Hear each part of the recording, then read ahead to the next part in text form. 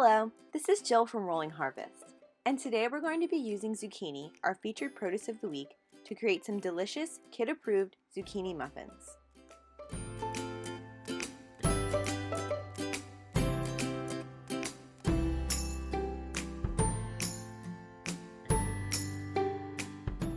The first step is to preheat the oven to 350. Then prepare your muffin tray by either greasing or lining the cups with paper liners. Then set aside. Cut your zucchini and then grate it until you have at least 1.5 cups worth of zucchini.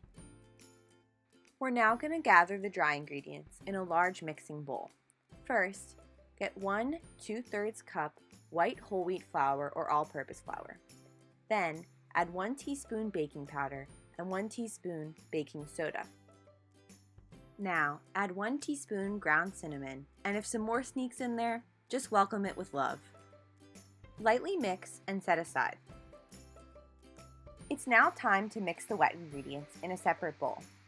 Now, there are some variations with this part of the recipe. For example, you can use 1 regular egg or make a flaxseed egg out of 1 tablespoon ground flaxseed and 2 tablespoons of water. Let it sit for about 5 minutes and the flaxseed will absorb the water and create a consistency similar to the egg. Moving on, add 1/2 cup of maple syrup or 2/3 cup of brown sugar, 1/2 a cup of milk, and this is another variation where you can use almond milk, 2% milk, or whatever you prefer. We're using oat milk in our recipe. Next, add 1/4 a cup of vegetable oil, 1 teaspoon of vanilla extract, and whisk until the egg and other ingredients are well combined. Pour this mixture into the dry ingredient mixture and stir with a spoon until just combined. Don't overmix it. Stir in the zucchini, oats, and optional dried fruit until just combined. Now portion the batter evenly between 12 baking cups. This job might be more difficult for some rather than others.